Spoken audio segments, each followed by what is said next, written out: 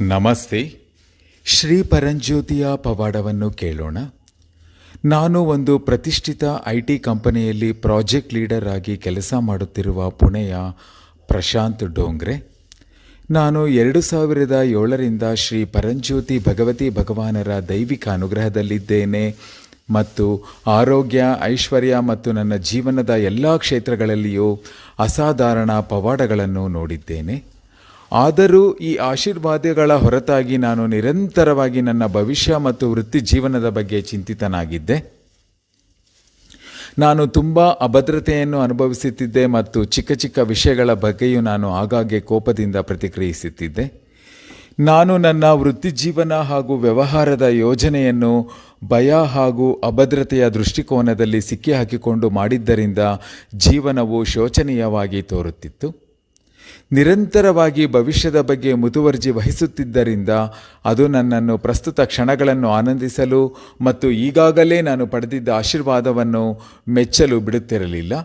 ಸನ್ನಿವೇಶಗಳು ಮತ್ತು ನನ್ನ ಸುತ್ತಲಿನ ಜನರ ಬಗ್ಗೆ ಒಂದು ಬಲವಾದ ಆಂತರಿಕ ಪ್ರತಿರೋಧವನ್ನು ಅನುಭವಿಸುತ್ತಿದ್ದರಿಂದ ಅದು ನನ್ನ ದುಃಖವನ್ನು ಮತ್ತಷ್ಟು ಹೆಚ್ಚಿಸುತ್ತಿತ್ತು. ಶ್ರೀ ಭಗವಾನರ ಮುಕ್ತಿ ಮೋಕ್ಷ ತರಗತಿಗಳಲ್ಲಿ ನಾನು ಭಾಗವಹಿಸಲು ಪ್ರಾರಂಭಿಸಿದ ನಂತರ ಎಲ್ಲವೂ ಬದಲಾಗಲು ಆರಂಭವಾಯಿತು.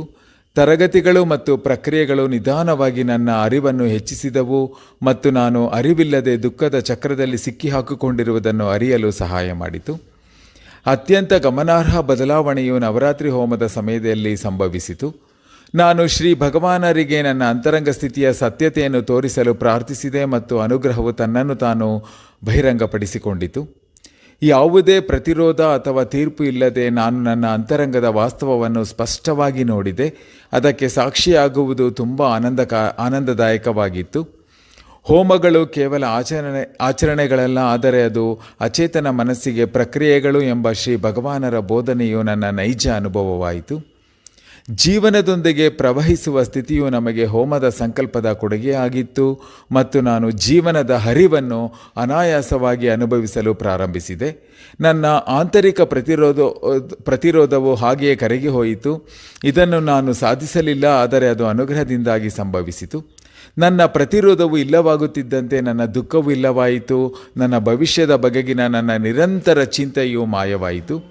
ಈಗಲೂ ನಾನು ನನ್ನ ವೃತ್ತಿ ಜೀವನದ ಬಗ್ಗೆ ಯೋಜಿಸಿದರೂ ಅದು ಭಯ ಅಥವಾ ಅಭದ್ರತೆಯ ಭಾವನೆಯಿಂದ ಈಗ ಬರುವುದಿಲ್ಲ. ಈಗ ನನ್ನ ಪ್ರತಿಕ್ರಿಯೆಗಳು ಸಮತೋಲನಗೊಂಡಿವೆ. ಭಾವನಾತ್ಮಕ ಹೊಂದಿಕೊಳ್ಳುವಿಕೆಯು ನನ್ನ ಬಾಂಧವ್ಯಗಳನ್ನು ಪರಿವರ್ತಿಸಿದೆ. ಪ್ರಸ್ತುತ ನನ್ನ ಸಹೋದ್ಯೋಗಿಗಳಲ್ಲಿ ಲೇ ಆಫ್ನಿಂದಾಗಿ ಹೆಚ್ಚಿನ ಭಯ ಮತ್ತು ಅಭದ್ರತೆಯೂ ಇದೆ, ಆದರೂ ನಾನು ಬಾಧಿತನಾಗಿಲ್ಲ. ನನ್ನ ಕೆಲಸವನ್ನು ಸಂಪೂರ್ಣ ಗಮನದಿಂದ ಮಾಡುತ್ತೇನೆ ಮತ್ತು ಹೊಸ ಅವಕಾಶಗಳಿಗಾಗಿ ಎಲ್ಲವನ್ನೂ ಯಾವುದೇ ಒತ್ತಡವಿಲ್ಲದೆ ಪ್ರಾಯೋಗಿಕ ಹೆಜ್ಜೆಗಳನ್ನು ತೆಗೆದುಕೊಳ್ಳುತ್ತೇನೆ. ನನ್ನ ಮತ್ತು ನನ್ನ ಮನಸ್ಸಿನ ನಡುವಿನ ಅಂತರ ಹೆಚ್ಚಾಗಿದೆ.